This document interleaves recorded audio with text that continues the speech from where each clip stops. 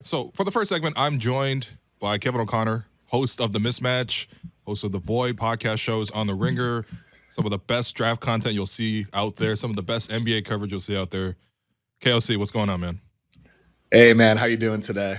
I'm doing well, and I'm just going to warn you up front that I'm going to press the Rookie of the Year agenda and the All NBA agenda on you. I know you have a vote, and I know Raptor fans are always complaining about the American media not taking notice. I know this doesn't apply to you, okay? You know, you definitely cover the Raptors with great detail, with great intent, and very truthfully as well. But I'm just going to prepare you right now, KOC. I'm going to try to get those votes.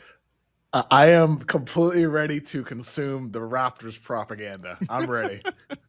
Okay, all right. Well, good. Let's start with Rookie of the Year, the most important award in the league, at least according to Raptor fans. This, a weird thing's been happening where, okay, so this has been an incredible draft class, right? And we can get into that. But, Scottie was probably the first guy to sort of throw his hat in the ring and was like, yo, look at how good Scottie is. And then he kind of cooled off a little bit. Evan Mobley's pretty much been great all throughout the season. And then he kind of took the lead. And now we're seeing Cade Cunningham do what he's doing, which is amazing. So I really just wanted to start here with you. Who do you have right now as your front runner for Rookie of the Year with about a month left in the season?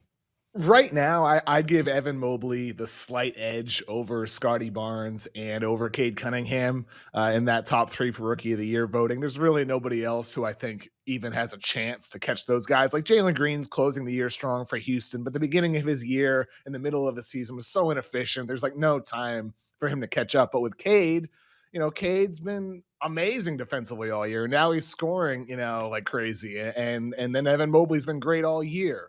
And so has Scottie Barnes. So right now for me, I give Mobley the slight edge, but it's really, really, really close. And I could see either Cade Cunningham or Scottie Barnes taking the number one spot over this final month. There's a long time to go, man, still. Yeah, you're right. You know what? I'm actually happy you started there because I think I'm in agreement with you right now. It is really close. Okay, so the case for Mobley. Obviously, this is a Raptors show. People who are listening to this primarily watch the Raptors. Not sure how many Cavs games they've watched. I mean, to be honest, we saw the last Cavs game. Mobley was pretty good. He had 20 and 17. All right, I've seen him have a 30-piece since. He's with that great block on Zubac. But for people who maybe not as familiar with Mobley, who see Scottie do what he does every single day, and they're really excited and they're wondering how could there be anybody else even in the conversation. Can you just describe to this audience why Evan Mobley is a favorite at the moment? I mean, the way I would look at it is like if someone hasn't watched Evan Mobley, I would say, well, what is it about Scottie Barnes that makes him so special? As a rookie, he plays like a veteran. He's smart. He can do so many different things on the court. And that's the case with Evan Mobley. He's a very intelligent player who doesn't have reckless turnovers. He keeps good control of the ball. He can score within the flow of the offense, but he can also create a little bit for you too. And then defensively, the dude's a monster, just like Scottie Barnes is in their own respective ways. Evan Mobley being more of a rim protector as a 7-footer, but he can also defend on the perimeter, just like Scottie Barnes is, big enough and strong enough and smart enough to defend across positions and do it effectively. So I think a lot of the same qualities that make Scottie Barnes such an amazing rookie and a player that inspires so much, optimism of what they could become in the future. It's the same thing for Cavs fans with Evan Mobley, just in like a slightly different type of player as a center rather than a forward type.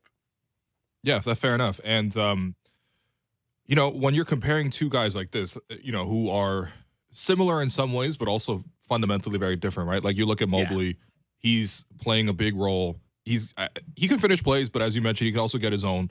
But I think the assisted field goal percentages, I think they're a little bit higher for Mobley than it is for Scottie. It makes sense, to be honest.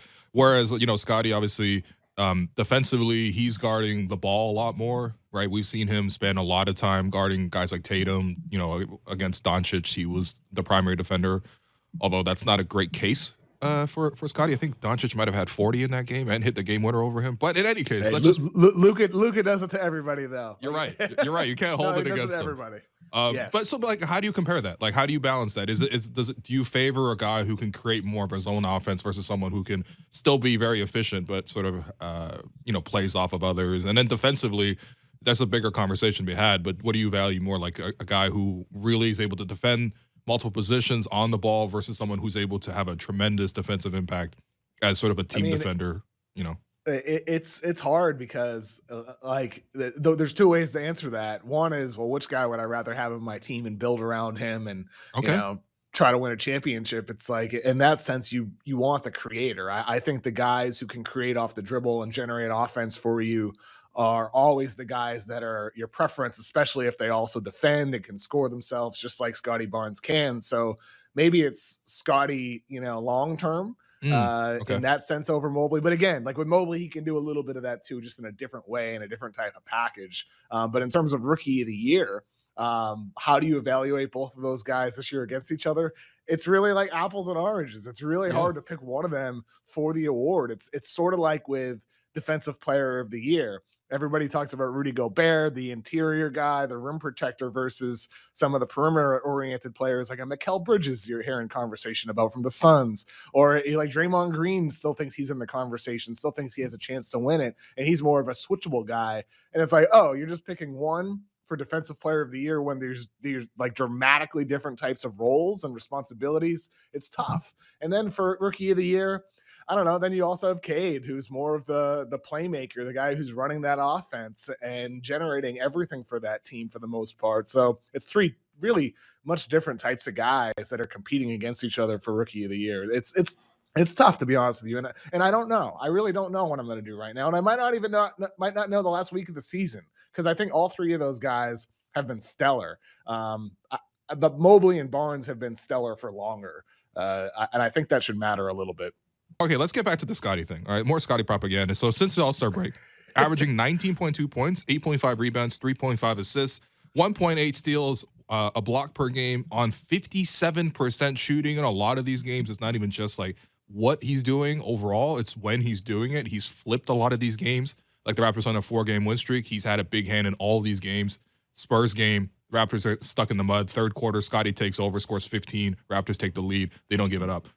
They go into Denver. He's guarding Jokic. He's frustrating Jokic. He's scoring down the stretch. The Raptors win that game. Against Phoenix, 3 steals in the last 2 minutes. They win that game based on their defense. And then the last game against the Lakers, that game was won in the first 5 minutes of the game because the Raptors were up like 36, and Scottie was the main part of that as well. So, KLC, I'll just ask you, what more does Scottie need to do to secure that vote for you permanently?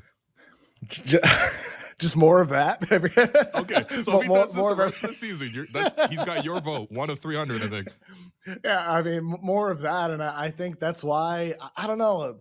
I don't know. Like I said, I don't know who I'm going to vote for here, but my gut tells me, and I'm not just saying this because we're talking, but my gut tells me Scottie Barnes ends up being my selection because of everything you just described. He's doing everything for the Raptors. You can't say that about Evan Mobley. You can't say that about Cade Cunningham, but you can say that about Scottie Barnes. Like he is doing everything for the Raptors, and it's stuff beyond the box score too, with the mismatches he forces, with the advantageous situations that he puts Toronto in with his shot creation, never mind his defensive versatility.